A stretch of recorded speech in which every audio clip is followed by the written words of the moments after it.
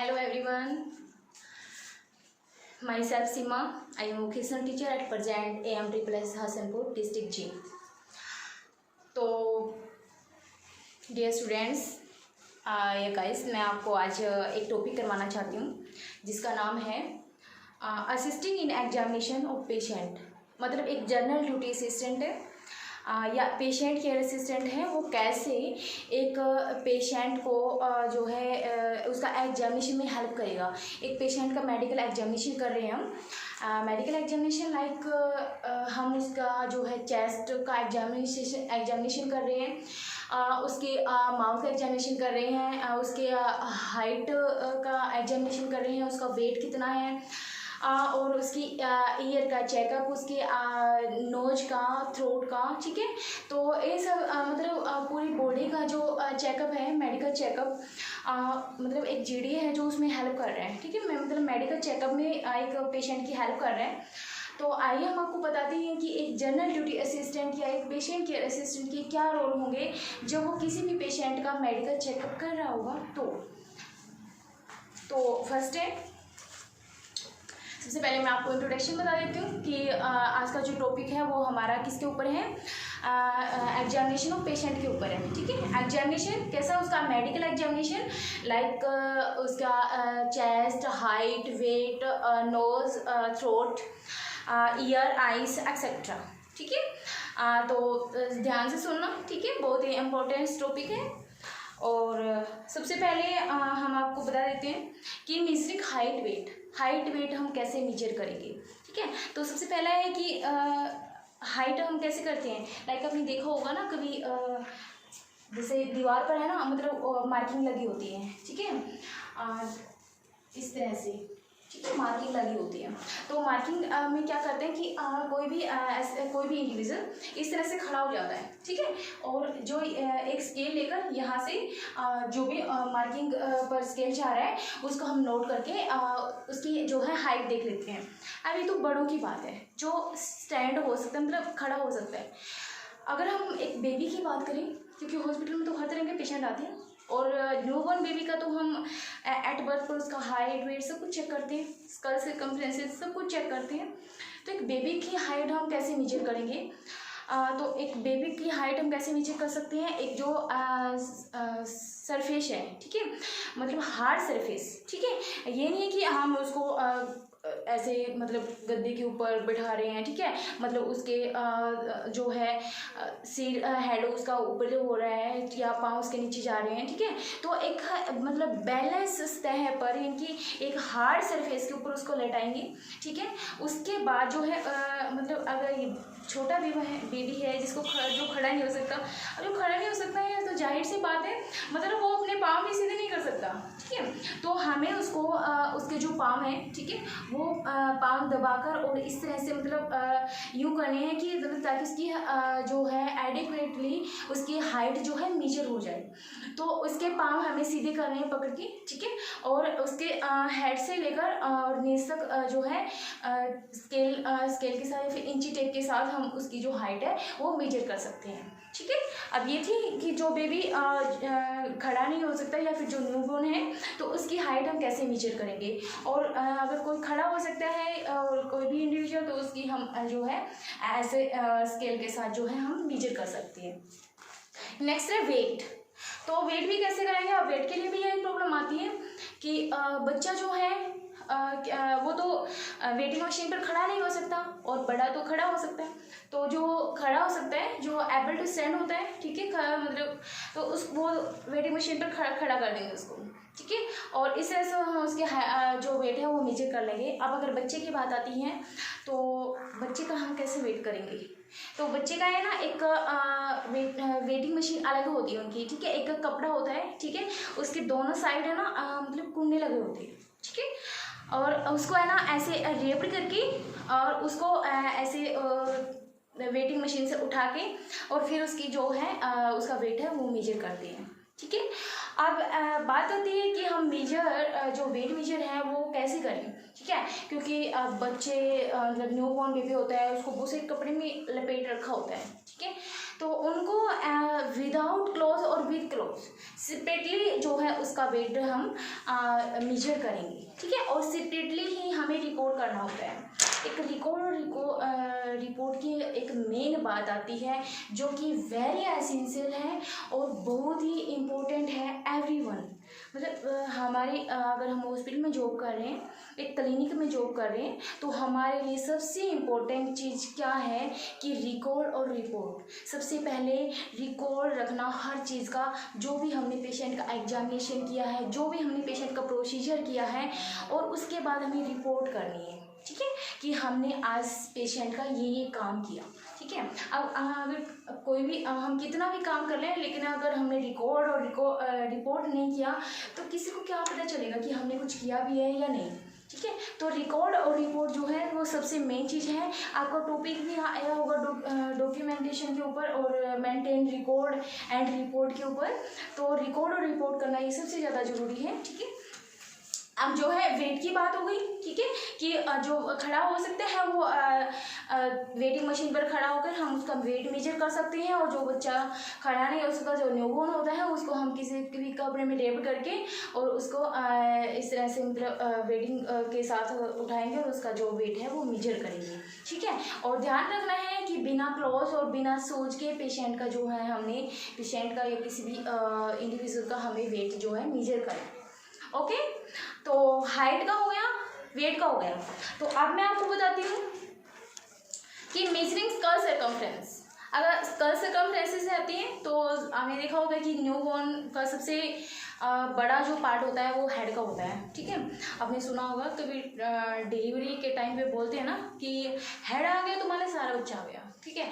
और अगर सारा बच्चा आ गया और हेड रह गया तो डिलीवरी बहुत ही डिफिकल्ट हो जाती है, मतलब क्या होती है, क्रिटिकल सिचुएशन क्रिएट हो जाती है, ठीक है। तो क्या होएगा कि हेड का जो हमारा स्कल सर्कमफ्रेंस होता है एक बच्चे का, वो सबसे बड़ा होता है, मतलब उसकी चेस्ट से भी ज़्यादा उसका हेड सर्कमफ्रेंस होता है, ठीक है। तो स्कल सर्कमफ्रेंस करने के लिए हमें क्या करना है कि जो ऑक्सीपिटल एरिया होता है, मतलब फ्रंटल से लेकर ऑक्सीपिटल एरिया तक इंची टेप के साथ हम मेजर करेंगे, ठीक है। स्कल सर्कमफ्रेंस यानी हमारा जो सिर है वो उसका घेरा कितना है उसको हेड सर्कमफ्रेंस भी बोलते हैं और स्कल सर्कमफ्रेंस भी बोलते हैं, ठीक है। तो यहाँ से लेकर यानी कि एंटीरियर से लेकर और ऑक्सीपिटल तक जितना भी एरिया है इंची टेप के साथ उसको कवर करके और जितना भी बनता है वो हमारा क्या आ जाएगा, स्कल सर्कमफ्रेंस मेजरमेंट आ जाएगी। नेक्स्ट है हाइट, वेट हो गया, स्कल सर्कमफ्रेंस हो गई। उसके बाद आता है measuring examination of the eyes. Eyes का एग्जामिनेशन हम कैसे करेंगे? तो आईज का एग्जामिनेशन हम वैसे भी बार बार हम करवाने जाना पड़ता है, तो हमें पता होना चाहिए कि आईज का एग्जामिनेशन कैसे करते हैं। तो सबसे पहले अब कोई भी पेशेंट आता है, ठीक है, वो अपनी प्रॉब्लम बताता है कि मेरे को ये प्रॉब्लम है, ठीक है। उसके बाद मतलब सबसे पहले रिसेप्शन पर आता है, तो रिसेप्शन पर आने के बाद उसको पूछा जाता है कि आपको क्या प्रॉब्लम है। उसके बाद उसको उस ओपीडी में उस डॉक्टर के पास भेजा जाता है जिससे रिलेटेड उसकी प्रॉब्लम है, ठीक है। अगर आई से रिलेटेड प्रॉब्लम है तो उसको किसके पास भेजेंगे, ऑप्थेल्मोलॉजिस्ट के पास भेजेंगे। अब ऑप्थेल्मोलॉजिस्ट के पास जाने के बाद वो आईज का चेकअप कैसे करवाएगा, तो सबसे पहले क्या करना है, पेशेंट को ना उसका प्रोसीजर समझाना है, ठीक है। ये तो हर एक चीज़ में हम करेंगे कि कोई भी प्रोसीजर स्टार्ट करने से पहले हम पेशेंट को ये बताएंगे कि हम आपका ये प्रोसीजर करने जा रहे हैं। नेक्स्ट है examination of the I is done in A lying और सिटिंग पोजिशन, ठीक है। तो हम उसको लेटाकर, ठीक है, या बैठाकर उसका आइज का एग्जामिनेशन कर सकते हैं, ठीक है। अगर बैठाकर करेंगे तो हम उसका जो हेड है वो इस तरह से फॉरवर्ड करेंगे, ठीक है। और अगर लेटाकर कर रहे हैं तो उसके आइज में से ही ऊपर मतलब हमें ईजिली जो है डिटेक्ट हो जाएगी, ठीक है। बट इतने बेटर नहीं होते, बहुत सारे पेशेंट आते हैं तो मतलब मोस्ट ऑफ जो है सिटिंग पोजीशन में ही आइज एग्जामिनेशन किया जाता है। तो आगे क्या है, आइज एग्जामिनेशन के लिए हमें क्या करना होता है, तो हेड मिरर यूज़ करना होता है। हेड मिरर, ठीक है, इनकी एक शीशा होता है, ठीक है, सेनेलन चार्ट भी बोलते हैं, ठीक है। एक हेड मिरर यूज़ करता है और क्या यूज़ करता है, एक ऑप्थेल्मोस्कोप होता है जो हम आइज़ की एग्जामिनेशन के लिए यूज़ करते हैं, ठीक है। एक लाइट होती है, ठीक है, आपने देखा होगा कि कभी अगर आई चेकअप करवाने गए हैं तो आपने देखा होगा कि एक डॉक्टर के पास है ना एक टॉर्च हमेशा मिले, ठीक है, टॉर्च। देखिए सबसे पहले बैठते ही ना डॉक्टर टॉर्च मार के देखता है, और टॉर्च जब लगती है ना, मतलब लाइट जब हमारी आंखों पर पड़ती है तो हमारी आईज ना रिफ्लेक्ट करती है, रिफ्लेक्ट यानी कि प्यूपिल्स होता है ना वो छोटा बड़ा कितना जो है एक्सटेंड हो रहा है, ठीक है। तो लाइट है ना, मतलब लाइट से पता चल जाता है कि जो आइज़ हैं वो जो प्यूपिल्स है वो सही फंक्शनेबल है या नॉन फंक्शनेबल है, ठीक है। तो टॉर्च मारकर जो आंखों में जो देखते हैं तो वो आइज़ का रिफ्लेक्शन होता है, और ये सबसे पहला टेस्ट जो है डॉक्टर जाते ही करता है, ठीक है। उसके बाद हेड मिरर यूज़ करते हैं, ठीक है, हेड मिरर यूज़ करते हैं। उसके बाद सेनिलर चार्ट पढ़वाते हैं, ठीक है। सेनिलर चार्ट जिसको बोलते हैं, एक तो वो है ना डिपेंड करता है पेशेंट के ऊपर, पेशेंट एजुकेटेड है अनएजुकेटेड है, ठीक है। तो अलग अलग सिचुएशन के ऊपर डिपेंड करता है, ठीक है। अगर पेशेंट को नहीं दिख रहा तो उसमें लेंस डाल के, ठीक है, मतलब उसको है ना ताकि उसको दिख जाए, ठीक है। मतलब जैसे फिंगर, ठीक है, अगर कोई अनपढ़ है तो उनको फिंगर्स का तो पता ही होगा ना कि कितने फिंगर है, मतलब फ्लावर लगे हुए हैं कि कितने फ्लावर हैं, ठीक है, मतलब ये कितने एक के हैं। लाइक अगर सी है तो हम ये सोचेंगे, उसको ये पूछेंगे कि इसका मुंह किधर खुला हुआ है, इसका मुंह किधर खुला हुआ है, ठीक है। ABCD मतलब जो पढ़ रहा है तो ABCD भी बता देगा, ठीक है। और हिंदी में भी होता है, इंग्लिश में भी होता है, और मतलब अनएजुकेटेड के लिए भी होता है कि वो उसमें से देख के बता सके कि ये कितनी चीज़ें हैं, ठीक है। ऐसे उंगली बताते हैं, ठीक है, नज़दीक लेकर बताते हैं कि कितनी है, ठीक है, फिर दूर लेकर फिर जैसे 1 2 3 4 वो सही बता रहे हैं या नहीं, ठीक है। तो इस तरह से उसका आई जो है चेकअप करते हैं। अब नेक्स्ट है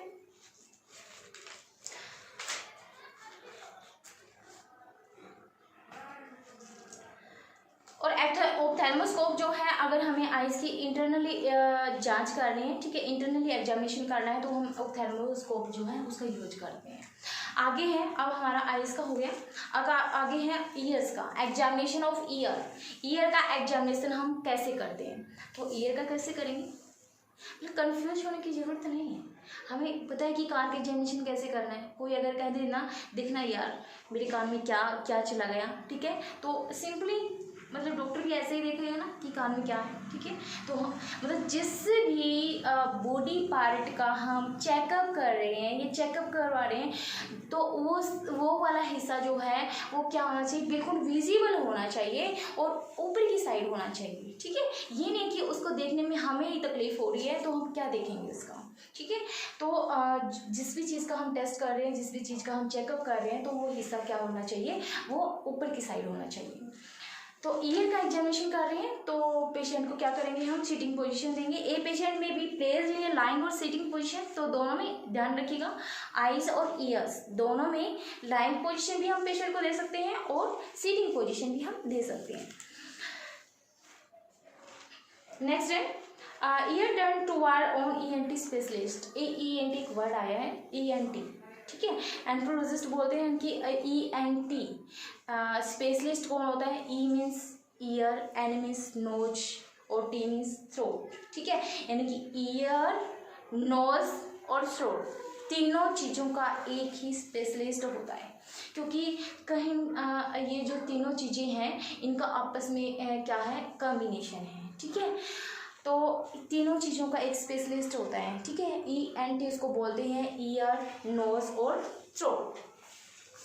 तो नेक्स्ट है ENT स्पेशलिस्ट जो है देखेगा ईयर, नोज या थ्रोट को। Equipment use for the examination of ear are a head mirror इसमें भी यूज होगा, और speculum of various size, cotton tipped applicator, otoscope, turning fork test is the basic test for hearing. तो speculum, एक speculum बात आई है यहाँ पे। तो स्पेकुलम जो है बहुत सारे साइज के होते हैं। स्पेकुलम क्या होता है, एक इंस्ट्रूमेंट होता है जो किसी भी चीज़ को चेक करने में हम यूज़ करते हैं, ठीक है। से कॉटन टिप्ड है, आपने देखा होगा कि जैसे पस बनी हुई है, इनकी जैसा बना हुआ है हमारे कान के अंदर, तो हम कैसे उसको डिटेक्ट करेंगे। तो एक वो होती है स्लाइस होती है, तो उसके ऊपर है ना एक कॉटन जो है वो रोल्ड होती है, ठीक है। तो उसको है ना हम कान के साइड में डालेंगे, ठीक है। वो पस उसके ऊपर आ जाएगी, ठीक है, इनकी पस चिपक जाएगी कॉटन के ऊपर, और उसको हम लेबोरेटरी टेस्ट के लिए भेज देंगे, ठीक है। तो हमें ये टेस्ट इसलिए भेजना होता है कि कहीं पेशेंट को कोई भी से ट्यूमर वगैरह की दिक्कत तो नहीं है, ठीक है, या कौन से किस टाइप का इन्फेक्शन इसके कान में है, ठीक है, तो लेबोरेटरी टेस्ट में भेजते हैं उसको, ठीक है। आगे है एक टर्निंग फोक टेस्ट होता है, जो बेसिकली टेस्ट होता है हमारे ईयर का, ठीक है। टर्निंग फोक टेस्ट बोलते हैं उसको, एक बेसिक सा टेस्ट होता है। नेक्स्ट है examination of nose, throat and mouth. अब नोज, थ्रोट और माउथ, इसका एग्जामिनेशन हम कैसे करेंगे? The patient seated with the head resting against the back of the chair, कि जब हम मुंह का, गले का या फिर नोज़ का जो है चेकअप कर रहे हैं, तो पेशेंट को कैसे बैठाना है? बिल्कुल रेस्टिंग पोजीशन में बैठाना है, ठीक है। चेयर लेनी है, ठीक है, उसको बोलना है हाँ बैठ जाओ आप, ठीक है। रिस्पेक्टिवली पेशेंट को ट्रीट करना है, ठीक है। ये नहीं कि बैठ जाओ अब आपकी बारी, बैठ जाओ, ठीक है। ऐसे तो पेशेंट इरिटेट हो जाता है और डर जाता है, पता नहीं क्या करेंगे यार बैठ के, ठीक है। जबकि हमें क्या करना होता है? एक सिंपली टेस्ट ही करना होता है। नेक्स्ट है कि उसको सीटिंग पोजीशन में बैठाएंगे, चेयर के ऊपर बैठाएंगे, ठीक है। उसका हेड रेस्टिंग करेंगे। एक एग्जांपल दे देती हूँ आपको। जैसे नाई की दुकान में कोई जाता है ना सेव करवाने के लिए, तो कैसे बैठा होता है इमेजिन कीजिए, उसी तरह से पेशेंट को इस तरह से बैठाना है। उस टाइम पेशेंट को बैठा होता है बिल्कुल आराम से, सिर्फ उसका ध्यान कहाँ होता है? शीशे की तरफ होता है कि सेविंग कैसे बने, ठीक है। तो इसी तरह से पेशेंट को भी ऐसे कंफर्टेबली हमें बैठाना है और उसके हेड को जो है रेस्टिंग पर छोड़ देना है, ठीक है। मतलब हेड ये नहीं है कि भी बिल्कुल एक हम बैठे हैं, ठीक है, मतलब उसका हेड जो है यूँ कर देना है और पीछे पिलो वगैरह लगा देना है, ताकि हम इजीली जो है असेस कर सकें इंटरनल पार्ट को। तो नेक्स्ट है एक टंग डिप्रेशर यूज होता है, ठीक है। जब भी गले में कोई दिक्कत होती है, ठीक है, हमें देखा होगा हम यूँ फाड़ के मुंह खोल के देख रहे होते हैं, हमें कुछ नहीं दिखता, दिखता है या नहीं दिखता? नहीं दिखता, बट मेरे जैसे तो देख लेती है, इसकी फ़ोटो उतार लेती है अंदर से, ठीक है। खैर क्या होता है कि जब किसी भी पेशेंट का एग्जामिनेशन कर रहे होते हैं उसके गले का, तो डॉक्टर ऐसा थोड़ा है कि एक फिंगर लगाएगा और फिर उसके गले के अंदर देखेगा। ऐसा तो हम खुद ही कर सकते हैं हैंड वॉश करके, डॉक्टर थोड़ी ना कर सकता है, ठीक है। तो क्या करेंगे कि एक वो होता है टंग डिप्रेशर होता है, ठीक है। मतलब एक स्पून टाइप का एक इंस्ट्रूमेंट होता है, जिसको कहाँ रखते हैं? हमारे टंग के ऊपर रखते हैं और टंग को डिप्रेस करते हैं, ठीक है। हमारी जो टंग है, जीभ है, ठीक है, वो क्या होती है? हिलती रहती है, तो हम उसको जो है स्टेबल नहीं कर सकते, ठीक है। एक जगह स्थिर हम उसको नहीं रख सकते, ठीक है, और जिससे कि जो थ्रोट का अंदर वाला पार्ट देखने में हमें मुश्किल हो जाती है। तो टंग डिप्रेशन के साथ हम क्या करेंगे कि अपने पेशेंट की जीभ को दबा कर रखेंगे, ताकि हमें जो गले का जो सीन है वो टॉर्च लाइट से इजीली दिख जाए, असेसेबल हो जाए। नेक्स्ट है नजल स्पेकुलम और head mirror, sometime otoscope is also used. तो नजल स्पेकुलम होता है, स्पेकुलम वही होता है ना कि किसी भी चीज़ को हम देखने के लिए यूज़ करते हैं, इंटरनल पार्ट को, ठीक है। तो अलग अलग टाइप के स्पेकुलम होते हैं, और जब हम कोई भी इंटरनली जो है चेकअप करना है तो ओटोस्कोप का जो है हम यूज़ करेंगे। आइज़ के लिए ऑप्थेल्मोस्कोप का था, और माउथ नोज थ्रोट के लिए किसका है? ओटोस्कोप का। नेक्स्ट वन है, ये था हमारा जो है स्कल सर्कमफ्रेंस हो गया, हाइट वेट हो गया, और अब जो है हमारा क्या रहता है? एग्जामिनेशन ऑफ द नेक, ठीक है, नेक एग्जामिनेशन रहता है। तो नेक एग्जामिनेशन कैसे करेंगे? The neck is palpated to check for lymph nodes to assess the thyroid glands. The patient is asked to swallow saliva. तो नेक का एग्जामिनेशन कैसे करेंगे? सबसे पहले यहाँ लिम्फ नोड होती है हमारी, ठीक है, ये वाली, कई बार गले में दर्द होता है ना, तो जब भी हमें मतलब किसी भी चीज़ को गटकने में दिक्कत आती है, पानी पीने में दिक्कत आती है, ठीक है, हमें लगता है यहाँ अटक के जा रहा है, ठीक है, तो लिम्फ नोड है ना, कई बार गले में इन्फेक्शन होने के कारण यहाँ पे लिम्फ नोड है, इसमें स्वेलिंग आ जाती है, सूजन आ जाती है, ठीक है, जिससे कि क्या हो जाता है कि जो गला है मतलब वो क्या हो जाता है, नैरो हो जाता है और हमें खाने पीने में भी क्या होती है, दिक्कत होती है। तो नेक का जो है हम जब एग्जामिनेशन कर रहे होते हैं तो पेशेंट को सिटिंग पोजीशन में बिठाएंगे, ठीक है, और उसके जो है लिम्फ नोड को देखेंगे, ठीक है, इजीली एसेस हो जाते हैं, ठीक है, और ताकि इनमें स्वेलिंग वगैरह तो नहीं है, या फिर ऐसे देखेंगे कि थायराइड तो नहीं है, ठीक है, तो ये इस तरह से हम नेक का एग्जामिनेशन कर सकते हैं। आगे है एग्जामिनेशन ऑफ द चेस्ट। तो हम चेस्ट का एग्जामिनेशन कैसे करेंगे? There are various ways to examine the chest. Percussion's method is used to determine the presence of fluid on congested area. A physician also uses a stethoscope to listen to breathing sound in the chest. The heart and lungs are examined by percussions and auscultations. तो percussions होता है मतलब हम थपथपा कर देखते हैं, ठीक है, एक पैल्पेट होता है हम दबा कर देखते हैं, और एक अस्कल्टेशन होता है जिसको मतलब हम स्टेथोस्कोप की सहायता से सुनते हैं। तो चेस्ट का एग्जामिनेशन हम कैसे करते हैं, ठीक है, इनकी पैल्पेट करके देखेंगे, ठीक है, और पीछे है ना जो ऐसे थपथपा कर देखेंगे, और स्टेथोस्कोप होता है, ठीक है, स्टेथोस्कोप की सहायता से मतलब उसकी साउंड सुनेंगे, ठीक है, जैसे पहले चेस्ट पर लगाते हैं, मतलब कमर के पीछे भी लगाते हैं, ठीक है, तो स्टेथोस्कोप की सहायता से उसकी साउंड सुनेंगे, ठीक है, और पैल्पेट करके देखेंगे कि कहीं पर सूजन तो नहीं है, ठीक है, अगर सूजन दिख रही है तो मतलब क्या हो रखा है कि फ्लूइड जो है वो कलेक्ट हो रखा है, ठीक है, और जिसकी वजह से एडिमा बना हुआ है। ओके, तो नेक्स्ट है हमारा एग्जामिन ऑफ द एब्डोमेन। हम पेट का जो है एग्जामिनेशन है वो कैसे करेंगे, ठीक है, वैसे पेट स्टमक को बोलते हैं, बट एब्डोमेन जो है कैविटी होती है, ठीक है, तो एब्डोमेन का एग्जामिनेशन हम कैसे करेंगे? सबसे पहले तो हम पेशेंट को डोर्सल रिकम्बेंट पोजीशन दिलवाएंगे, ठीक है, मतलब हर चीज़ की हर एक एग्जामिनेशन मेडिकल एग्जामिनेशन में जब हम कर रहे होते हैं तो एक पोजीशन दिलवानी होती है पेशेंट को, ठीक है, तो पोजीशन में क्या होता है कि पोजीशन जो है सबसे मेन इम्पोर्टेंस होता है पोजीशन का, मेन रोल प्ले होता है। तो एब्डोमेन का जब एग्जामिनेशन कर रहे होते हैं हम डोर्सल रिकम्बेंट पोजीशन पेशेंट को दिलवाएंगे। डोर्सल रिकम्बेंट कौन सी होती है? पेशेंट लेटा होता है लेकिन जो उसके ये वाली पाँव हैं, ठीक है, ये मतलब हाथ जो है मुड़े हुए होते हैं, ठीक है, मतलब हाथ पाँव उसके मुड़े हुए होते हैं, वैसे पेशेंट लेटा हुआ होता है, ठीक है, उसको डोर्सल रिकम्बेंट पोजीशन बोलते हैं। तो सबसे पहले हम ये पोजीशन उसको दिलवाएंगे। आगे है knees are slightly flexed to relax the abdominal muscles. The abdomen is inspected, palpated, auscultated या फिर detect any abnormalities.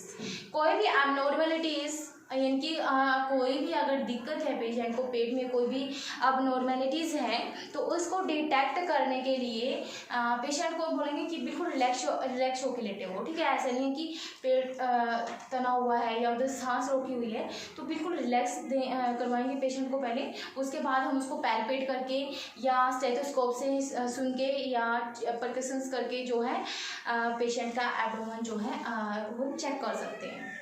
और अगर कोई ज़्यादा ही दिक्कत है तो हमें क्या करना पड़ेगा, ठीक है, उसके लिए हमें अल्ट्रासोनोग्राफी करनी होती है, USG बोलते हैं इसको शॉर्ट फॉर्म में, अल्ट्रासोनोग्राफी, ठीक है, अल्ट्रासाउंड करना पड़ेगा। तो नेक्स्ट है एग्जामिनेशन ऑफ एक्सट्रीमिटीज़। एक्सट्रीमिटीज़ क्या होती हैं? तो सबसे पहले मैं आपको बता दूं कि एक्सट्रीमिटीज़ क्या होती हैं। तो एक्सट्रीमिटीज़ 2 टाइप्स की होती हैं, अपर एक्सट्रीमिटीज़ और लोअर एक्सट्रीमिटीज़। तो अपर एक्सट्रीमिटीज़ कौन सी होती हैं? जिसमें हमारे हाथ आते हैं, ठीक है, ये हमारी अपर एक्सट्रीमिटीज़ है और ये हमारी लोअर एक्सट्रीमिटीज़ है। तो आर्म्स एंड लेग्स को क्या बोलते हैं? एक्सट्रीमिटीज़ बोलते हैं। आगे है arms and legs are inspected, पैल्पेटेड।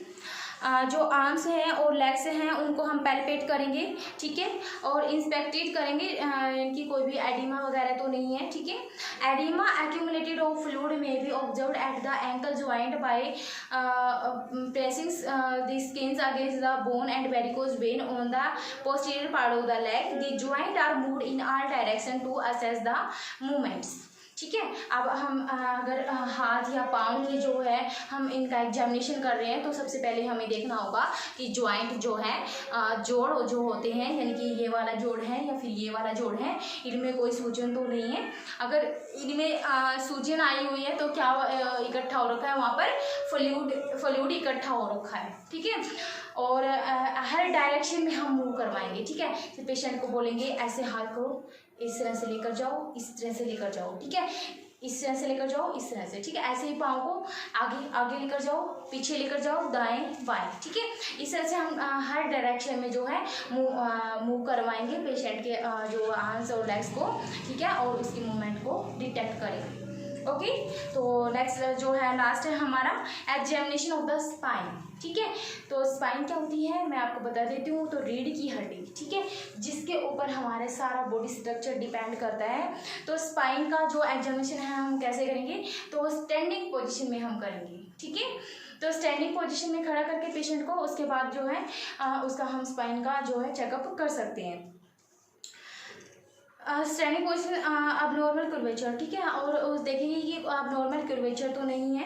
The fingers are moved over the spine to detect spina bifida, a birth defect in which a baby spinal cord fails to develop properly in a newborn. तो क्या है students, इनके spina bifida होता है। Spina bifida होता है इनकी बचपन से किसी बच्चे का जो है कमर का जो है अब नॉर्मल कर्वेचर होता है, ठीक है। अब नॉर्मल कर्वेचर मतलब जैसे बिल्कुल देसी भाषा में आपको बता देती हूँ, को बोलते हैं ना कि कूब हो रखा है, कुबड़ा, ठीक है। तो वो कुबड़ा हो जाता है, ठीक है। कोई बार बूढ़ों को देखा होगा ऐसे कमर पीछे से निकली हुई होती है, ऐसे चलते हैं वो, ठीक है। तो उनसे मतलब सीधा खड़ा नहीं हो जाता, उसका स्पाइना बिफिडा होता है, ठीक है। मतलब टाइम इनकी न्यू बॉर्न बेबी, इनकी जब फिटस क्या था कि सॉरी, इनके जो स्पाइना बिफिडा क्या होता है कि जब बच्चे का जो जैसे ऑर्गन मैच्योर होते हैं ना, मतलब बच्चे के पहले हाथ पाँव, मतलब जब उसके बॉडी की संरचना हो रही होती है पेट के अंदर, गर्भ के अंदर, तो क्या होता है कि मतलब उसका जो स्पाइन का जो डेवलपमेंट है वो क्या नहीं हो पाता, मतलब अच्छे से नहीं हो पाता, और जिसके कारण उसको क्या होता है स्पाइना बिफिडा हो जाता है, ठीक है। तो नया स्टूडेंट्स, आज का जो ये लेसन है वो हमारा कंप्लीट हो जाता है। मैं आपको फिर बता देती हूँ कि आज हमने क्या क्या पढ़ा है। तो आज हमने मेडिकल एग्जामिनेशन के बारे में पढ़ा है कि नेक का एग्जामिनेशन कैसे करते हैं, चेस्ट का कैसे करते हैं, ठीक है। चेस्ट का करेंगे, उसको सीधा लेटाएंगे, एब्डोमेन का करेंगे, ठीक है, तो उसको डोर्सल रिकम्बेंट पोजीशन देंगे, ठीक है। हाथ पाँव का करेंगे, ठीक है, तो उनको मूवमेंट करवाएंगे, ठीक है। स्पाइना का कर रहे हैं, स्पाइनल कोड का कर रहे हैं, ठीक है, तो स्टैंडिंग पोजीशन में करेंगे। आइज का कर रहे हैं तो उसको लाइंग या सीटिंग पोजीशन में बैठाएंगे। ईयर का कर रहे हैं तो उसको भी सीटिंग या लाइंग पोजीशन में बैठाएंगे, ठीक है, सॉरी लाइंग या सीटिंग पोजीशन देंगे, ठीक है। और गले का कर रहे हैं तो इस तरह से उसका जो हेड है वो रेस्टिंग पर करेंगे, और बिल्कुल जो है रिलैक्स पेशेंट को बोलेंगे कि आप जो है बिल्कुल रिलैक्स फील करो, और उसके बाद ही हमें उसका चेकअप करना है, ठीक है। तो इन सब चीज़ों के को है ना आपने ध्यान से सुना और ध्यान से समझा, और आई होप कि आपको समझ आ गया होगा। एक्चुअली ना जब सामने बच्चे होते हैं तो उनके क्या पता लग जाता है कि उनके एक्सप्रेशन से उनकी मूवमेंट से पता लग जाता है कि ये कितना इंटरेस्टेड है। बट मैं क्या कर रही हूँ यहाँ पर इमेजिन कर रही हूँ कि मेरे सामने बच्चे हैं और मुझे सुन रहे हैं, और क्योंकि अभी नहीं है कि लॉकडाउन के कारण, तो मैं अपने बच्चों को भेजूंगी और आपके पास आएगी ये वीडियो, और मुझे पता है कि आप इसको अच्छे से सुनेंगे, अच्छे से समझेंगे, और जैसे मैं आशा करती हूँ उसी तरह से आप इसको समझेंगे, ठीक है। और इसमें हमने जो हमारा आज का जो टॉपिक था कि जनरल ड्यूटी असिस्टेंट की जो क्या क्या रिस्पॉन्सिबिलिटीज़ होती हैं, क्या जब वो कोई भी पेशेंट मेडिकल एग्जामिनेशन करवाने आता है, अपनी बॉडी का एग्जामिनेशन करवाने आता है, तो उसकी क्या क्या रिस्पॉन्सिबिलिटीज़ बनती हैं, क्या क्या वो चेकअप करता है, और कौन कौन सी पोजीशन में उसका चेकअप करता है। तो स्टूडेंट्स, आई होप आपको ये समझ आ गया होगा। Then thank you and have a nice day. Okay, bye.